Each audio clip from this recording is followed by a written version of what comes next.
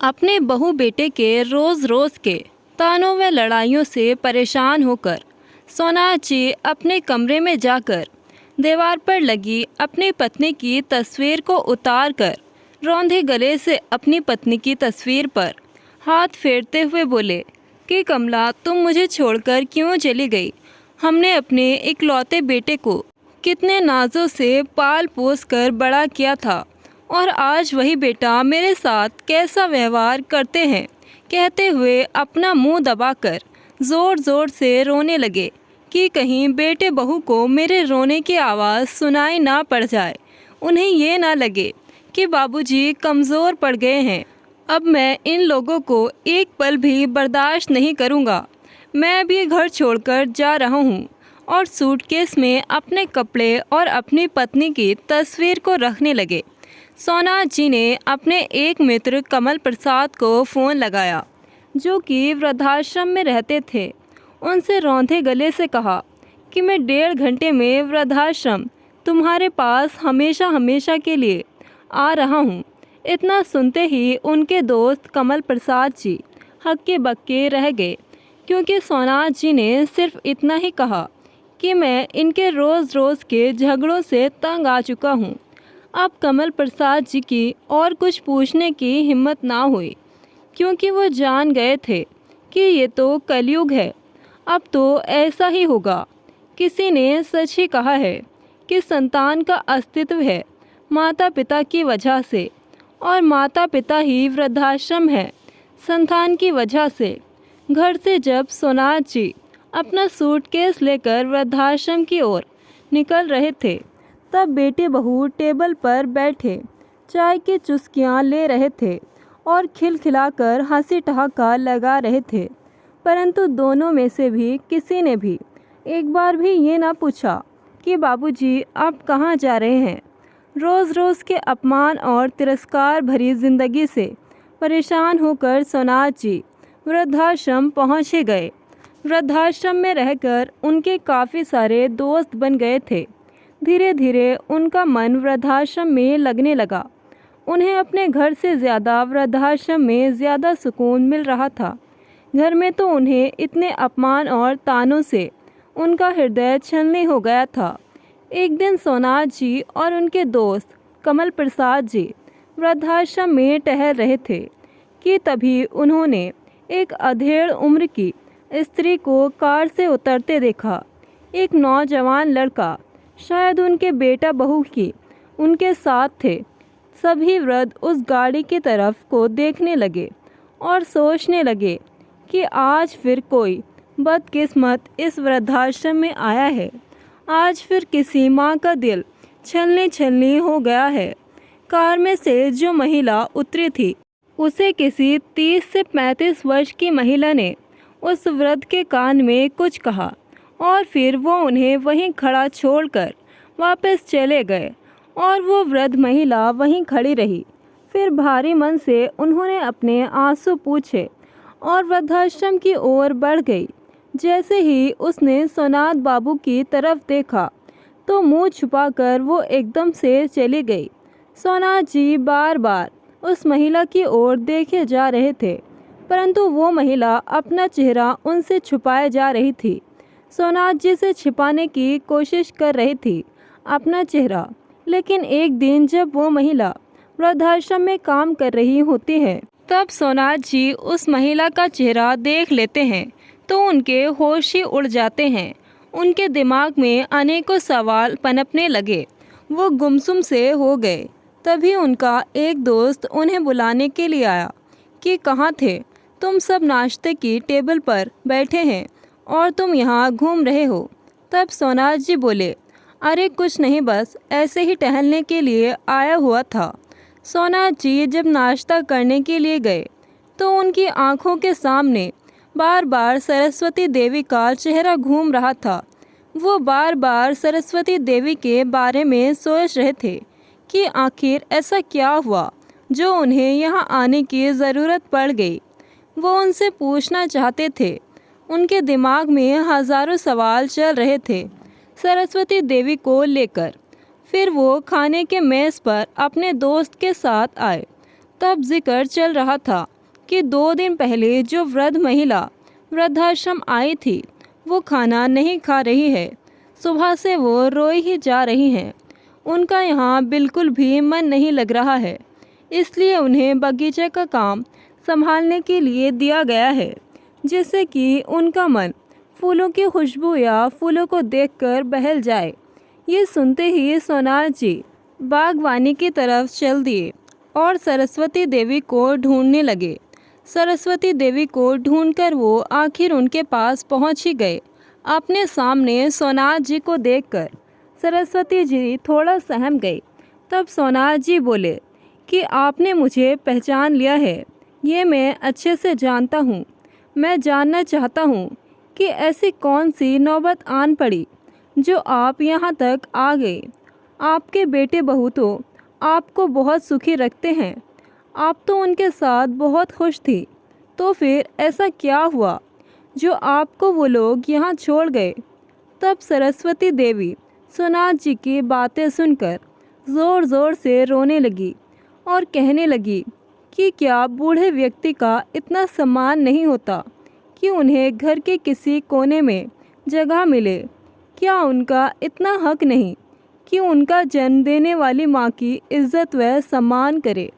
इसी कशमकश में घूमते घूमते सोनार जी का पैर किसी पत्थर से टकराया और उनकी उंगली में खरोंच लग गई। तभी दरवाजे पर खड़ा वॉचमैन आया और बोला, बाबूजी, आपको तो चोट लग गई है, मैं आपकी मरहम पट्टी कर देता हूँ। और फिर सोनार जी अपनी बीती यादों में खो गए कि जब मैं एक बार फर्श पर से फिसल गया था तो अजय ने इतनी खरी खोटी सुनाई थी कि कोई काम तो आपसे ढंग से होता नहीं है, चैन सुकून से बैठा नहीं जाता क्या आपसे, और ये बेवकूफ़ी के खर्चे लेकर बैठ जाते हैं। अब इस पर पट्टी कौन बंधवाएगा, इतना पैसा इन पर लग जाएगा। सारा दिन नाक में दम करे रहते हैं। मैं तो आपसे परेशान ही हो गया हूँ। एक तरफ तो आपसे बैठा नहीं जाता, पूरे दिन घर में हेरा फेरी लगाए रहते हैं, चिल्लाकर अजय बोला।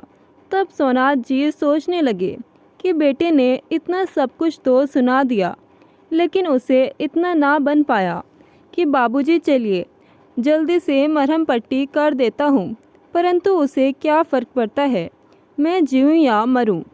ये अपमान सोनार जी का पहली बार नहीं हुआ था। उन्हें तो जाने कितनी बार उनके बेटे बहू ने ऐसे ही अपमानित किया था। सोनार जी अपने गम भरी दुनिया से बाहर निकल गए। तभी सामने से उन्होंने देखा कि उनके दोस्त कमल प्रसाद जी उनके पास आए।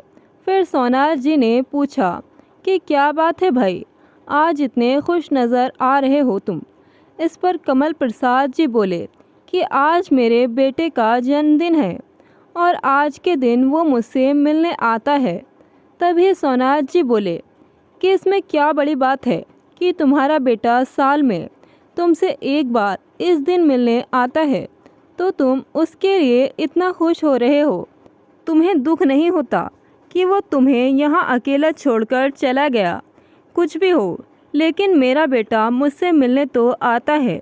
ये कहकर कमल प्रसाद जी चुप हो गए। ये सुनते ही सोनार जी गुस्से में अपने कमरे में चले गए। तब वो सोचने लगे कि सभी वृद्ध यहाँ वृद्धाश्रम में अपनी मर्जी से नहीं आए, उन्हें या तो घर से धक्के मारकर निकाला जाता है। हर किसी की कोई न कोई वजह ज़रूर होती है। कोई अपना मन यहाँ के काम में और अपनी बच्ची कुची ज़िंदगी काटने में बिता देता है, तो कोई अपना मन अपने ही घर वालों की याद में आंसू बहाते बहाते गुजार देता है। इसी दुख में सोनार जी अपने पोते पोती को याद कर रहे थे। उन्हें अपने बेटे बहू के लिए लगाव भी है, परंतु उन्हें बेटे बहू से अपमानित उनके अंदर इतने घाव कर दिए थे। उनका गुस्सा भरा पड़ा था, लेकिन क्या कर सकते हैं। बस इसी दुख में वो भी अपने बेटे बहू के प्रति आंसू बहाते रहते हैं कि तभी उनके कमरे के बाहर से आवाज़ आती है। सोनार जी जल्दी जल्दी अपने आंसू साफ कर लेते हैं और बोलते हैं, क्या बात है। तब अधिकारी बोलता है कि सोना जी आपके बेटे बहू आपसे मिलने आए हैं और साथ में आपका पोता पोती भी हैं। ये सुनकर सोना जी थोड़ा सोच में पड़ गए कि ऐसा क्या हो गया जो ये लालची यहाँ तक पहुँच गए। परंतु पोते पोती की बात सुनकर वो तुरंत ऑफिस में गए तो उनकी 4 वर्ष की पोती रितु दादाजी कहकर उनसे लिपट गई। पोती को देखकर ही उनका दिल कमज़ोर पड़ने लगा और उनकी आंखों से आंसू छलक पड़े और उस समय उन्होंने अपने आप को मजबूत कर लिया और गुस्से से अपने बेटे की तरफ देखने लगे कि क्यों आए हो तुम यहाँ, चले जाओ यहाँ से। मैं अपनी ज़िंदगी में बहुत खुश हूँ, मुझे अब तुम जैसे बेटे बहू की कोई ज़रूरत नहीं।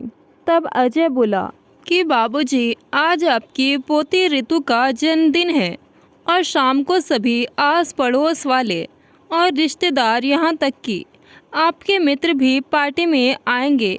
वे कहेंगे कि तुम्हारे बाबूजी कहाँ हैं, तो मैं उन्हें क्या जवाब दूंगा। तो आप हमारे साथ घर चलिए।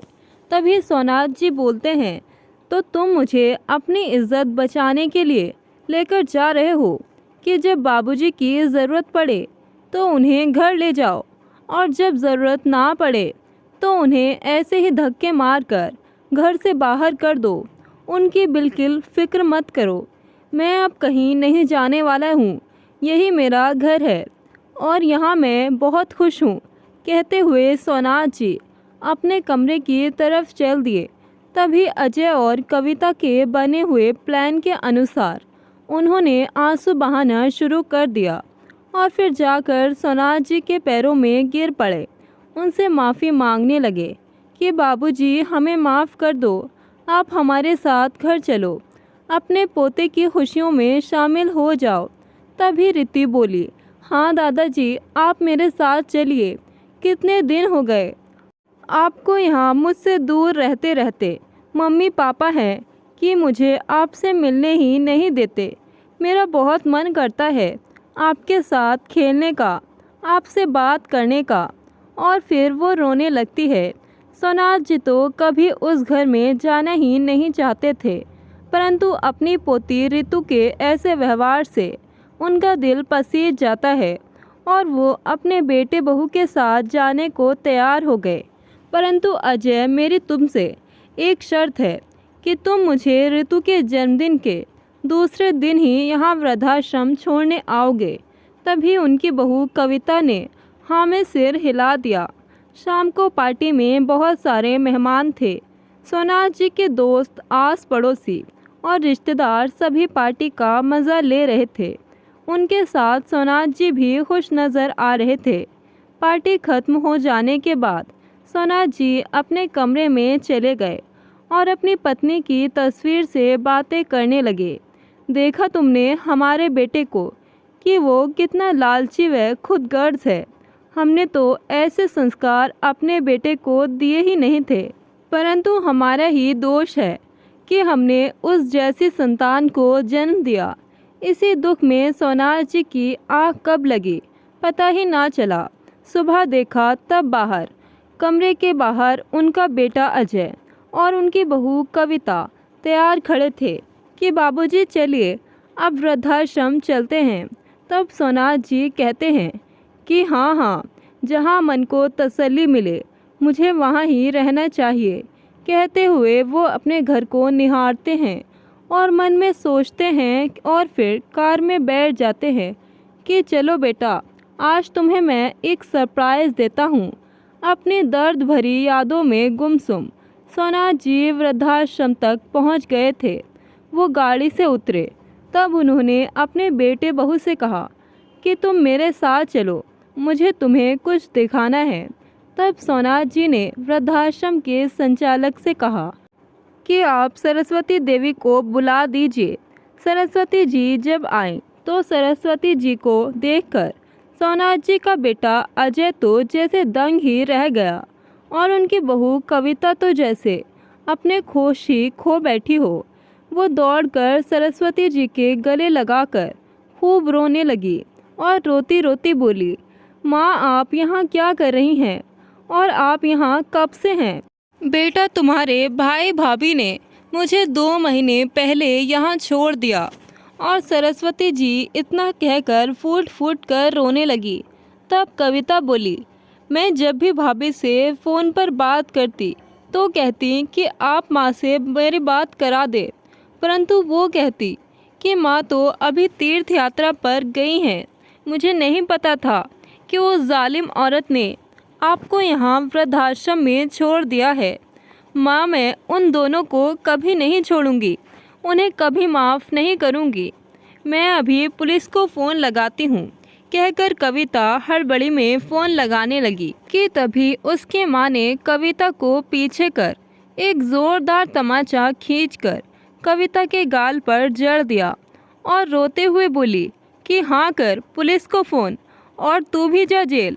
और मैं भी यही चाहती हूँ कि तू भी जेल जाए, तुझे भी सज़ा हो, तुझे भी अपने कर्मों की सज़ा मिले। तूने भी तो यही किया जो तेरी भाभी ने किया।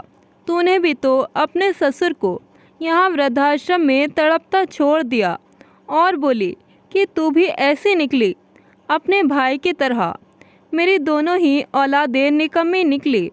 एक ने अपने ससुर को तो एक ने अपनी माँ को घर से धक्के मार कर निकाल दिया। मुझे शर्म आती है तुझे अपनी बेटी कहते हुए। फिर सरस्वती जी फूट फूट कर रोने लगी। तब कविता का सिर शर्म से झुक गया। माँ, मुझे माफ़ कर दो, मुझे अपनी गलती का एहसास हो गया है। तब सरस्वती जी बोले कि तुमने जो किया तुम उसके लिए अपने ससुर से माफ़ी मांगो, मुझसे नहीं। मैं तो हूँ ही नहीं, मैं तो हूँ ही अभागन, जो मैंने तुम जैसी औलाद को जन्म दिया। तब कविता पीछे मुड़ी और अपने ससुर सोनार जी के पैरों में जा गिरी और बोली कि बाबूजी, मुझे माफ़ कर दीजिए, मुझसे बहुत बड़ी गलती हो गई। मैं इसके लिए बहुत शर्मिंदा हूँ। बाबूजी, हमें एक और मौका दे दीजिए। उन्होंने लाख कोशिश की अपने बाबूजी और माँ को मनाने की, परंतु वो नहीं माने। उन्होंने कहा कि हम अपने बेटे बहू से एक बार धोखा खा चुके हैं, परंतु अब हमारे शरीर में इतनी जान नहीं बची कि हम दोबारा फिर से ऐसे धोखे का शिकार हों, इसे सहन कर पाए। ये कहकर दोनों दंपत्ति अपने अपने कमरे में चले गए।